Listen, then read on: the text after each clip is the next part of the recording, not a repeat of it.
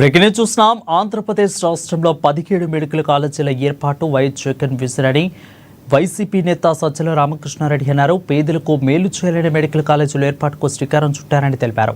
4 medical కాలేజీలు పూర్తి అయ్యాయని, మిగిలిన నిర్మాణ దశలో ఉన్నాయని తెలిపారు. ఇక ప్రతి పార్లమెంటు నియోజకవర్గంలో మెడికల్ కాలేజీ ఉండాలనే సంకల్పంతో పనులు చేపట్టామని అన్నారు. అయితే ఆ కాలేజీలను ప్రైవేటు పరం చేస్తే ఏం లాభం వస్తుందని ఆయన ప్రశ్నించారు. ప్రభుత్వం తీసుకున్న పీపీపీ నిర్ణయంతో వైద్యము మొత్తం ప్రైవేటు పరం అయిపోతుందని ఆందోళన వ్యక్తం చేశారు. ప్రభుత్వ మెడికల్ కాలేజీలు వస్తే ఆరోగ్యశ్రీ ఖర్చులు తగ్గుతాయని తెలిపారు. చంద్రబాబు తీసుకున్న పీపీపీ విధానం వల్ల పెద్ద స్కామ్ అని ఆరోపించారు.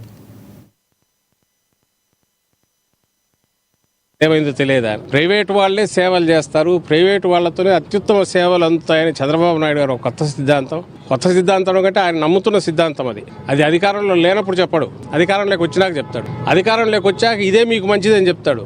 ఈ రోజు కూడా అదే చెప్తున్నాడు. పీపీపీ విధానంలో మేము అప్పచెప్తున్నాం అన్నాడు. బాగానే ఉంది. జగన్మోహన్ రెడ్డి గారు కన్నా కన్స్ట్రక్షన్ పూర్తి చేయకపోతే కేవలం ప్రణాళిక పరంగానే ఇట్లా చేస్తే బాగుంటుంది అనుకుంటే, అయ్యా మేము అది చేయలేము, ఎందుకంటే అది కష్టము, ఏదో చెప్పొచ్చు, నువ్వు సాకులు చెప్పొచ్చు. నీకు 5 కాలేజీలు పూర్తి చేశాడుగా, అడ్మిషన్లు జరిగాయి, కంటిన్యూస్ నడుస్తున్నాయి. ఇంకో 2 ఇంకా పూర్తి చేశాడు, ఇంకో 3 ఫైనల్. అంటే 10 కాలేజీలు ఆల్మోస్ట్ అయిపోయాయి. నువ్వు ఎందుకు ఆపాల్సి వచ్చింది? కొన్ని ఫైనాన్షియల్ క్లోజర్, ఫైనాన్షియల్కి సంబంధించి ఎక్కడెక్కడి నుంచి తీసుకోవాలనేది కూడా ఏర్పాట్లు చేశారు. నీకు కావాల్సిన మనసు ఉండాలి. ఆ మనసు ఈయనకు లేదు. దానివల్ల ఏం చేశాడు? పీపీఐపీ అనేది అత్యుత్తమమైందే అని అంటున్నాడు. ఈ రోజు కూడా దాని మీద మాట్లాడినట్టున్నాడు. ఎక్కడైనా ఒకటే, ప్రైవేటు ఎవరైనా సరే, ఆయన తన హెరిటేజ్ అయినా సరే చంద్రబాబు నాయుడు గారు ఉచితంగా చేయడానికైతే చేస్తారా?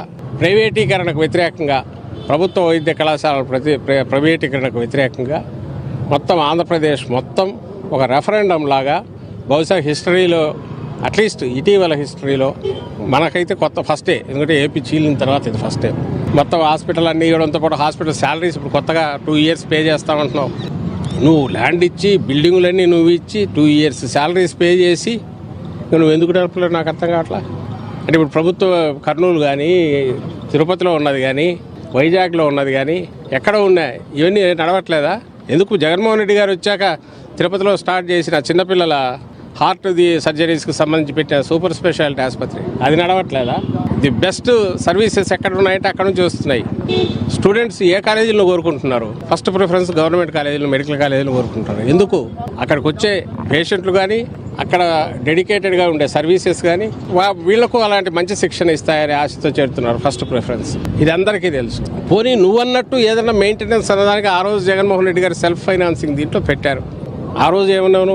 మేము వచ్చిన తర్వాత మొత్తం తీసి ఉచితం చేస్తాం. మరి వచ్చిన నెలకే ఎట్లా దీన్ని వర్క్స్ అన్ని స్టాప్ చేసి ప్రైవేట్ తీసుకెళ్ళాం? అంటే ముందే ఇంటెన్షన్ ఉన్నట్టే కదా ఆయనకు, చంద్రబాబు నాయుడు గారికి.